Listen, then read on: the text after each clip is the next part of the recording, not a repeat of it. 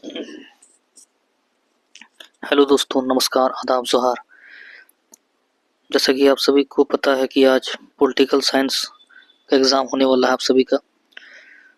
तो मुझे लगा कि कुछ इम्पोर्टेंट क्वेश्चंस पॉलिटिकल साइंस के एमसीक्यू कराना चाहिए, इसलिए मैं आप सभी के सामने हूँ। आइए बिना वक्त गंवाए शुरू करते हैं। सबसे पहला सवाल देखिए है, शीत युद्ध कब शुरू हुआ था? शीत युद्ध कब शुरू हुआ था? तो ये शुरू हुआ था 1945 में। 1945 में, ठीक है। चलिए ठीक है, आप इसका स्क्रीनशॉट ले सकते हैं। नेक्स्ट क्वेश्चन है, अप्रैल 1949 में निम्नलिखित में से कौन सा संगठन बनाया गया था? तो आप सभी को पता होगा, अगर आप सभी ने चैप्टर पढ़ा है तो 1949 में नाटो संगठन बनाया गया था, ठीक है। आइए नंबर 3 क्वेश्चन देखते हैं। बगदाद संधि पर किस वर्ष हस्ताक्षर हुए थे? तो बगदाद संधि पर 1955 में हस्ताक्षर हुए थे। अगला क्वेश्चन है, वारसा पैक्ट कब हुआ था? तो वारसा पैक्ट और बगदाद संधि दोनों याद कर लीजिएगा, दोनों ही 1955 में हुआ था।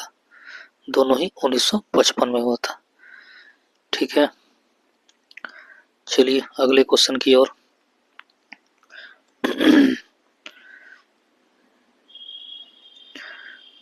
अब है, बर्लिन की दीवार कब खड़ी की गई थी? तो बर्लिन की दीवार जो है वो खड़ी की गई थी 1961 में, ठीक है। और ये 1962 भी आपके लिए इम्पोर्टेंट होगा, क्योंकि इसमें क्यूबा का मिसाइल संकट आया था, जैसा कि आप सबको पता होगा अगर आपने चैप्टर ढंग से पढ़ा है तो, ठीक है। चलिए नेक्स्ट क्वेश्चन देखते हैं। दो ध्रुवीय विश्व में पूर्वी गठबंधन का नेतृत्व किसने किया था? तो इसको ऐसे आप याद कीजिएगा, पूर्वी रूस, रूस पूर्वी, रूस पूर्वी, रूस पूर्वी, ठीक है ना। तो आप कभी कंफ्यूज नहीं कीजिएगा। पूर्व पूर्व की तरफ से रूस था, और रूस मतलब क्या? सोवियत संघ, सोवियत संघ का नेता, ठीक है। तो इसका आंसर हो जाएगा सोवियत संघ, ठीक है। और पश्चिम का हो जाएगा अमेरिका, संयुक्त राज्य अमेरिका। आशा करता हूँ आप सभी को समझ में आ रहा होगा। चलिए नेक्स्ट क्वेश्चन में देखते हैं। अगला क्वेश्चन है, दक्षिण पूर्व एशियाई संधि संगठन निम्नलिखित में से किससे संबंधित है? तो ये संबंधित है गुट निरपेक्ष आंदोलन से, ठीक है। ये क्वेश्चन मैंने पहले ही आप सभी को बताया था। क्यूबा मिसाइल संकट किस वर्ष उत्पन्न हुआ? तो ये 1962 में हुआ था, ठीक है। चलिए आगे देखा जाए। किस देश ने नाटो में अमेरिकी नेतृत्व का विरोध किया था?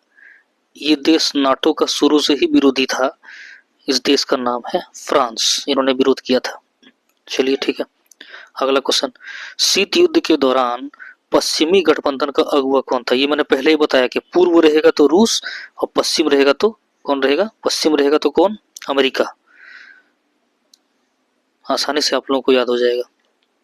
चलिए, शीत युद्ध के दौरान पूर्वी गठबंधन का अगुवा कौन था? पूर्व, पहले मैंने बताया पूर्व रूस, ठीक है। किन दो महाशक्तियों का वर्चस्व? ये जो विश्व युद्ध हुआ था ना, विश्व युद्ध जो हुआ था, सोवियत रूस और अमेरिका, इन दोनों के बीच का ही टेंशन का परिणाम था, समझे ना। तो इसलिए हो जाएगा संयुक्त राज्य अमेरिका और सोवियत रूस, ठीक है। नेक्स्ट क्वेश्चन, पूर्व बनाम पश्चिम पदबंध का आशय किससे है?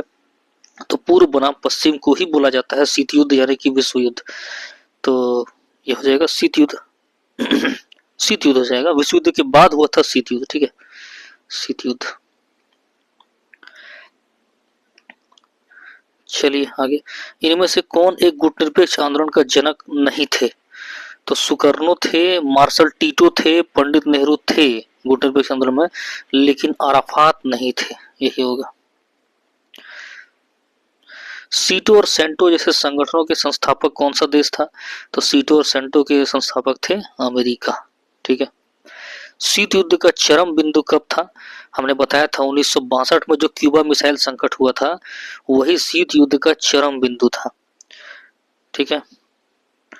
इस समय होड़ लगी हुई थी कि कौन कौन सा देश किसी दूसरे देश को किस तरीके से नीचा दिखाया जाए या उससे आगे कैसे बढ़ाया जाए। ठीक है, तो ये था क्यूबा मिसाइल संकट।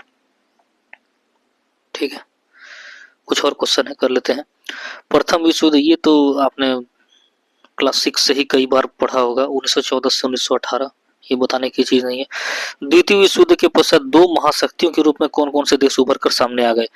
तो मैंने पहले ही बताया कि अमेरिका और रूस ये हमेशा से ही एक दूसरे के कट्टर दुश्मन रहे हैं। तो यही दो महाशक्ति के रूप में उभर कर सामने आए द्वितीय विश्व युद्ध के बाद। द्वितीय युद्ध कब, 1939 से 1945। ठीक है, तो ये हो जाएगा अमेरिका और सोवियत रूस। ठीक है, लास्ट पेज है ये slide, last slide. Cuba missile संकट के समय सोवियत संघ के नेता कौन थे। तो उस समय नेता थे फिदेल कास्त्रो, ये थे फिदेल कास्त्रो। शीत युद्ध किन दो महाशक्तियों के बीच हुआ। तो ये भी तो हमने पहले ही चर्चा कर लिया है कि अमेरिका और सोवियत संघ के बीच में हुआ। तो यही, आशा करता हूँ आप सभी को जरूर ये एमसीक्यू फायदा पहुंचाएंगे। इसी तरह के और वीडियो के लिए चैनल को सब्सक्राइब जरूर करें। मैं कोशिश करूंगा आगे भी कुछ चैप्टरों का एमसीक्यू करा दूं। बहुत बहुत थैंक्स, शुक्रिया, जय हिंद।